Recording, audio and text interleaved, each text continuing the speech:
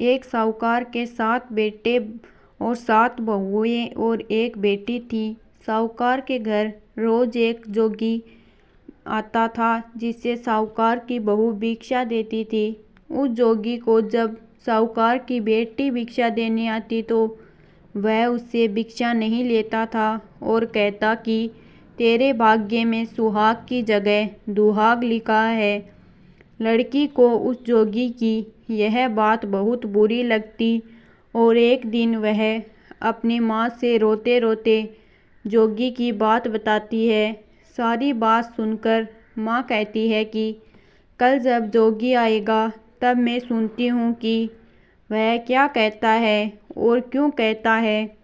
अगले दिन फिर जोगी आता है तो साहूकारनी छिपकर बैठ जाती है और लड़की को भिक्षा देने भेजती है।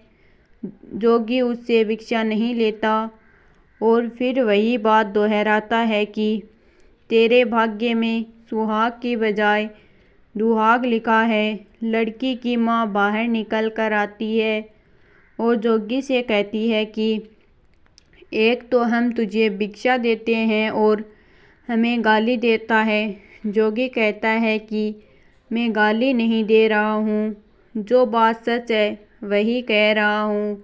इसके भाग्य में जो लिखा है मैं वही सच आपको बता रहा हूँ। सारी बातें सुनने पर लड़की की माँ कहती है कि जब तुझे सारी बात पता है तो इससे बचने का उपाय भी पता होगा, वह बता। जोगी कहता है कि 7 समंदर पार एक धोबन रहती है जिसका नाम सोना है। वह सोमवती अमावस्या का व्रत करती है। अगर वह आकर इसे फल दे दे तब भी उसका दुहाग टल सकता है, अन्यथा विवाह के समय सर्प काटने से इसके पति की मृत्यु हो जाएगी। सारी बात सुनकर माँ रोने लगी और सोना धोबिन की तलाश में निकल गई। चलते चलते रास्ते में तेज धूप पड़ रही थी, जिससे बचने के लिए वह एक पीपल के वृक्ष के नीचे बैठ गई। उसी वृक्ष पर एक गरुड़ के बच्चे अपने घोंसले में थे। एक सांप आया और गरुड़ के बच्चों को खाने के लिए लपका, लेकिन साहूकारनी ने उस सांप को मारकर बच्चों की रक्षा की। कुछ देर बाद गरुड़नी आई और सब जगह खून देखकर साहूकारनी को चोंच से मारने लगी।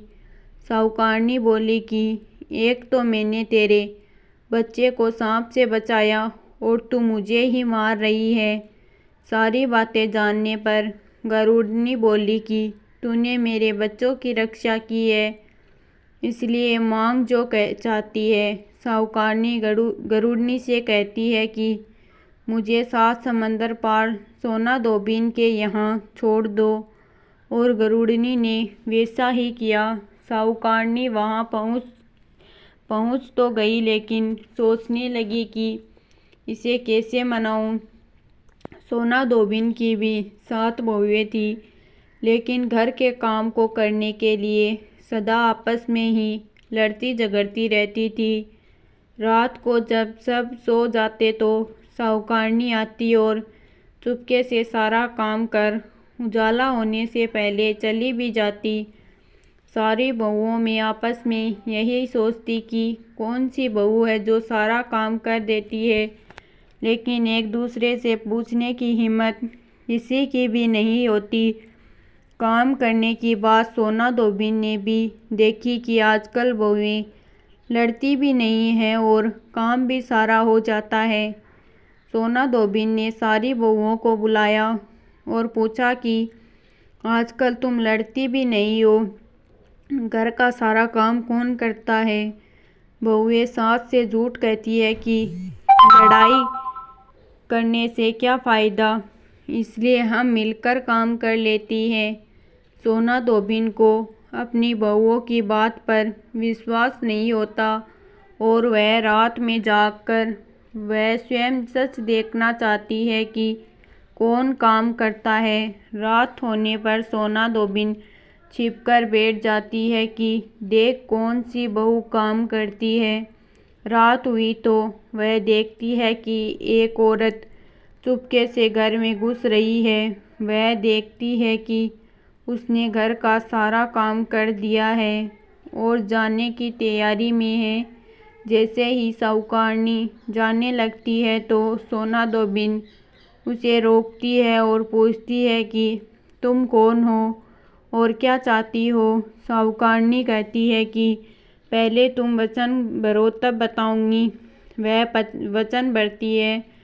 तब साहूकारनी कहती है कि मेरी बेटी के भाग में दुहाग लिखा है, लेकिन तुम सोमवती अमावस्या करती हो तो मेरे साथ चलकर उसे सुहाग दे दो। सोना धोबिन वचन से बंधी थी तो वह साहूकारनी के साथ चलने को तैयार हो जाती है।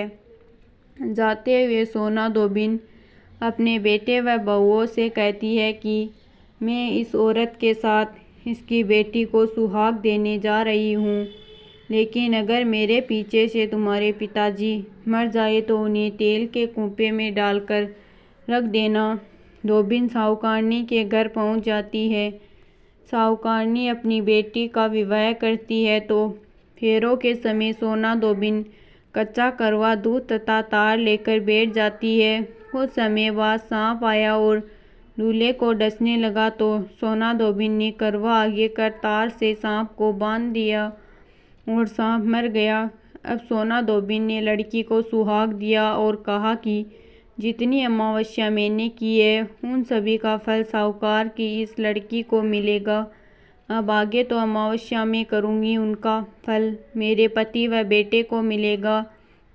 सभी लोग सोमवती अमावस्या की जय जयकार करने लगे। सोना धोबिन अपने घर वापस जाने को तैयार हुई तो साहूकारनी ने कहा कि तुमने मेरे जमाई को जीवन दान दिया है, इसलिए तुम जो चाहो मांग लो।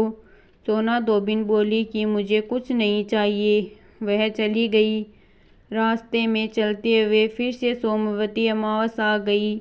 उसने पीपल के पेड़ के नीचे बैठकर कहानी कही, व्रत रखा और पीपल के पेड़ की 108 बार परिक्रमा की। पीपल के पेड़ की पूजा के बाद वह घर जाती है तो देखती है कि उसका पति मरा पड़ा है।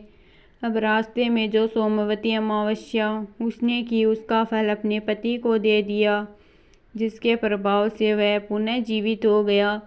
सब कहने लगे कि तूने ऐसा किया तो तेरा पति जिंदा हो गया। वह कहती है कि मैंने तो ऐसा कुछ नहीं किया, बस रास्ते में सोमवती अमावस्या आ गई थी जिसका मैंने व्रत किया, कहानी कही और पीपल के वृक्ष की 108 बार परिक्रमा की। अब सारी नगरी में ढिंढोरा पिटवा दिया गया कि कोई सोमवती अमावस्या करेगा, पूजा करेगा, व्रत रखेगा, कहानी कहेगा और पीपल के वृक्ष की 108 बार परिक्रमा करेगा। हे सोमवती अमावस, जैसा आपने साहूकार की बेटी का सुहाग दिया वैसा ही सबको देना।